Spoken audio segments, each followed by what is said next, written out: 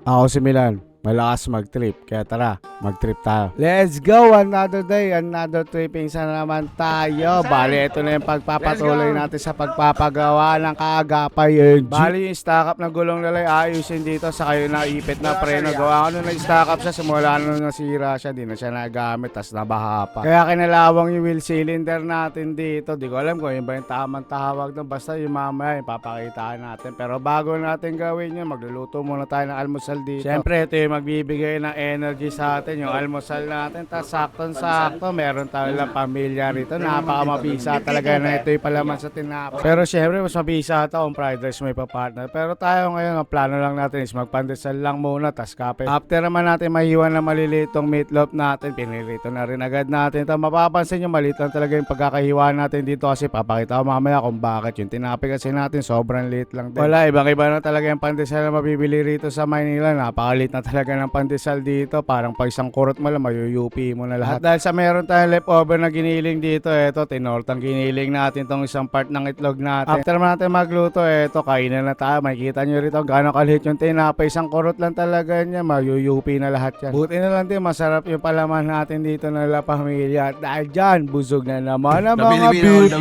Kaya Dodong pala rito, ay na mag-almusal. Gawa na nakain na daw siya bago pumunta rito. Ewan ko lang kung nadala siya sa pinakain namin nakaraan na kanin, parang bigas pa rin. Kaya siguro bago siya pumunta rito sa head ko, nag-almusal na muna siya. Kadahil gawa nga na nadala na ahatato nung pinakain natin ng tanghalian. After naman sabihin ni Kuya Dodong na okay na, pwede na yung test drive. Ito, tinesting na rin natin. Tapos dito nalaman natin yung ipit pa rin yung preno. Kaya mamaya babalik din natin to sa head ko. Ayusin pa ulit to ni Kuya Dodong. After naman natin maiikot tong kaagape, ito, binalik na natin sa paradahan para mabuksan na ulit ni Kuya Dodong yung gulong.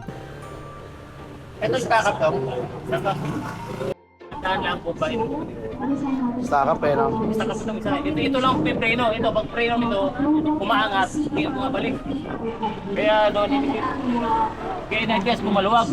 Kapag preno naman, humigpit. Sige, start. Bandarin mo. Kapag preno. Ito, umaangat. Yung bomba. Ayaw ito, ayaw. Ayaw. Ito, umaangat.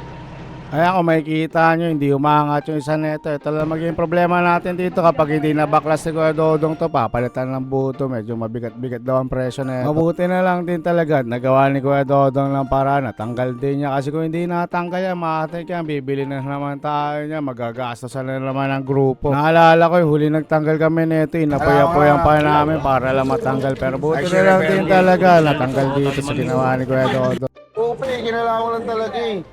Pag sira ito, makita mo yung gas-gas.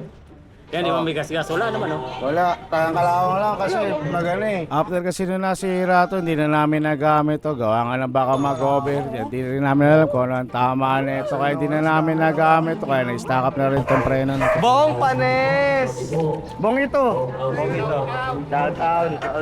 Pagsilip ko ulit sa ginagawa, ito mabilis lang din na ibalik ni Kuya Dodong yung gulong dito. Nagpahinga lang ata ako saglit nito. Paglabas ko ito, naglalagay na siya rito ng brake fluid. Mabisa talaga to si Kuya Dodong. Lahat ng problema na itong kagapay natin, inaayos na niya. Malaking tulong talaga kapag meron kayo mekaniko sa grupo nyo. Isipin nyo, kung meron kayo mekaniko, doon nyo lang kailangan talaga magbayad ng malaki. Saka mabilis magagawa yung mga truck nyo. Kaya kung meron kayong mekaniko sa grupo nyo, mahalin nyo at alagaan nyo. Huwag nyo kaya mawala sa nyo kasi sobrang laking tulong talaga niya. Mabalik tayo sa ganap. Ito, back on 10.8 na talaga itong kagapay engine natin. Ready to bakbak na ulit to. Pwede na ulit natin pang responde to. Makikita nyo na ulit to sa action natin. Madalas na rin natin ulit ito magagamit. Gawa nga na ayos na to. Pwede na ulit to pang backback. Sa wala ring hangin to. Kaya pwede natin itong pang area talaga. Napaka mabisa mo talaga mekaniko. Kuya Dodong, maraming salamat sa iyo. At napatino mo itong kagapay natin. Sa malaking big shoutout sa iyo, idol. Bago natin iparada itong kagapay natin, ilinisin na muna natin yung pinagpwestohan niya rito. Dahil sa matagal na stock to, marami naiwan ng basura sa ilalim nito. Sa kanyang mga langis-langis, binugaan na natin. Tatay ko makulit. Bali, 4 na minuto ko na naman napagtripan yung buhay nyo sa panonood sa vlog ko. Kaya maraming salamat sa mga suporta nyo, mga lodi. Dahil sa okay na yung kagapay, tapos ulit tayo mabisi, makabalik ka tayo sa daily vlogs natin. Bali, dito ko na rin tatapusin ang video na to. Lagi kong papaalala sa inyo na 10-0, keep safe everyone.